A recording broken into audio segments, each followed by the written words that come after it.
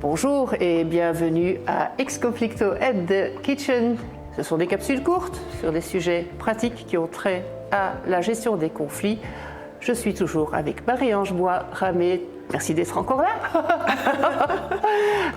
Parce que nous allons parler d'un sujet que tu traites quand même aussi souvent dans ta pratique et qui concerne justement les managers qui ne se sentent pas connectés avec leur équipe. Et se demande et me pose aussi la question de qu'est-ce que je dois faire. Je n'arrive pas à faire ce que je souhaiterais que mon équipe fasse.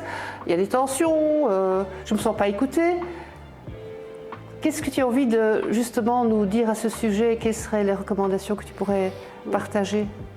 Eh bien, ça peut être effectivement une réalité. Donc, en fait, le manager va avoir sa perception de comment ça se vit avec son équipe. Et en fait, quand on intervient en tant que consultant ou coach, on se rend compte que l'équipe peut avoir une perception aussi de ce fossé ou de cette incompréhension, de cette incertitude.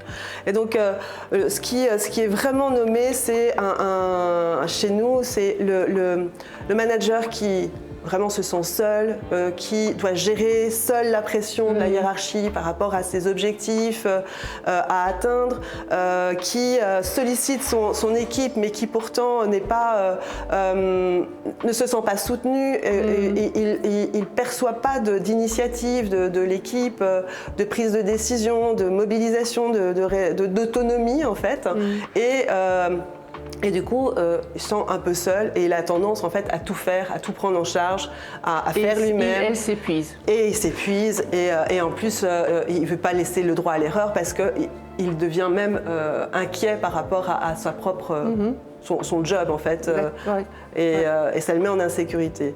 Et en face, on a l'équipe qui se sent pas forcément non plus bien dirigée, bien stimulée, n'a pas des directions claires et des objectifs clairs, et à la fois, il se sent pas non plus reconnu dans certaines initiatives ou ce qu'ils peuvent apporter, ce qui crée du coup de la confusion, de la frustration et un sentiment de plus en plus d'insécurité et une perte de confiance.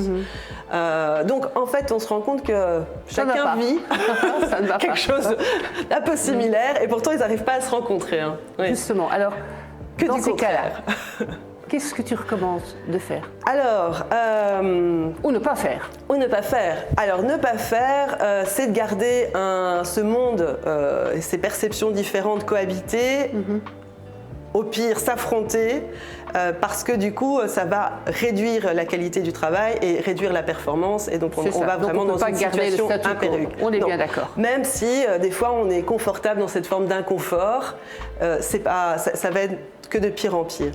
Alors, ce qu'on peut recommander, c'est de prendre du recul en tant que manager, déjà, de pouvoir avoir la capacité d'observer ce qui se passe par rapport à ce qu'on met en œuvre dans sa communication, dans sa façon de gestion. Donc, essayer d'avoir un esprit un peu autocritique ou d'évaluation de soi-même.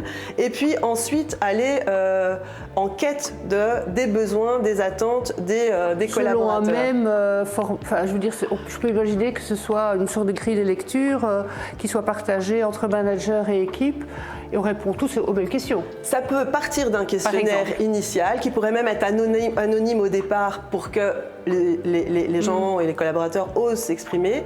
Et puis ensuite, en faire un constat, pouvoir faire des propositions de changement et de voir comment elles peuvent se vivre et quels seraient les impacts positifs dans l'organisation. Individuel, tu veux dire? Alors ça, c'est par rapport au questionnaire. Mais ça peut être aussi après passer en entretien individuel ou passer directement en entretien individuel pour aller en quête. Exactement. Moi, je comprends ça par rapport à moi, par rapport à cette situation.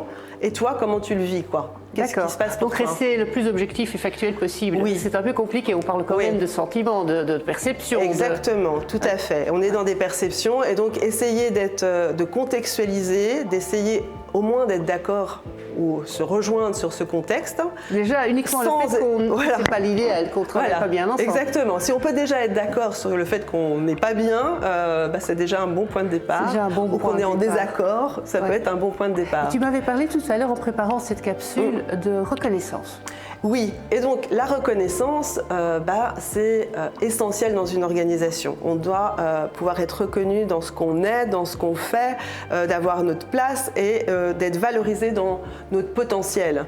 Donc la reconnaissance est une clé essentielle et le manager, s'il amène de plus en plus de reconnaissance au-delà du simple compliment, reconnaissance. Eh bien, progressivement, un climat de sécurité va s'instaurer et donc de confiance, et la relation va venir plus dans l'union, dans l'alliance que justement dans... C'est important. Oui, tout à fait. Mais voilà, on est déjà arrivé à la fin de cette capsule. Donc, tu commences à connaître Marie-Ange. La caméra est là. Merci de partager les 4 conseils avec nous. Voilà.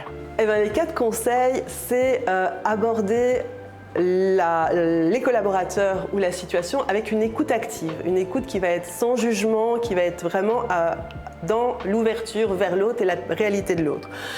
Pour pouvoir être dans un échange, nous on pratique beaucoup le concept de la communication non violente qui fait qu'on amène un contexte, on se connecte à nos émotions, nos sentiments, aux besoins qui sont derrière ou aux valeurs qui sont sollicitées pour amener après une proposition ou un pas vers l'autre avec une intention forte qui est la qualité de la relation et la qualité, enfin le respect de soi et de l'autre.